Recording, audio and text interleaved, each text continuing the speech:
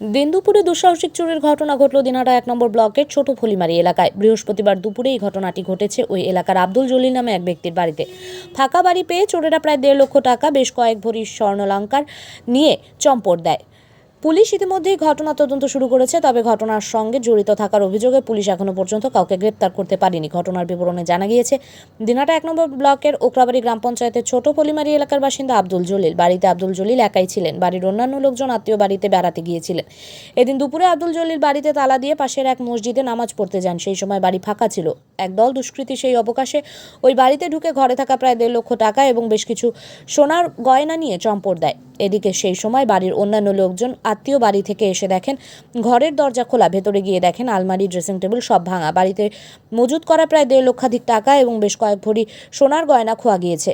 খবর পেয়ে পুলিশ ঘটনাস্থলে ছুটে যায় এবং ঘটনা তদন্ত শুরু করে, কিন্তু এই ঘটনার সঙ্গে জড়িত থাকার অভিযোগে এখনো পর্যন্ত পুলিশ কাউকে গ্রেপ্তার করতে পারেনি। দিন দুপুরে এই ধরনের চুরির ঘটনায় এলাকায় প্রচণ্ড চাঞ্চল্যের সৃষ্টি হয়েছে। সমীর হোসেনের রিপোর্ট, সংবাদ একলব্য।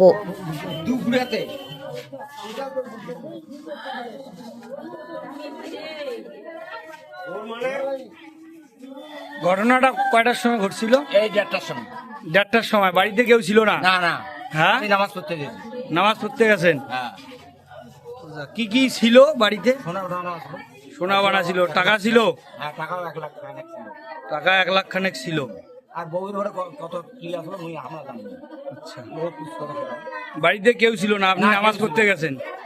আমরা নামাজ পড়তে গেছি আর ওই ছাগাই বাড়ি গেছি। আচ্ছা, ঠিক আছে। ছিল বেটি সাজমি বানিয়েছে, জমর কিচ্ছু নেই, সব নিয়ে গেছে। টাকা ছিল 1.5 লাখ 2 লাখ টাকা, কিচ্ছু নাই। মুই মানুষের কাজ গেছে, মোর সবাই স্কুল গেছে, মোর স্বামী সারাদিন মানুষের কাজ করে।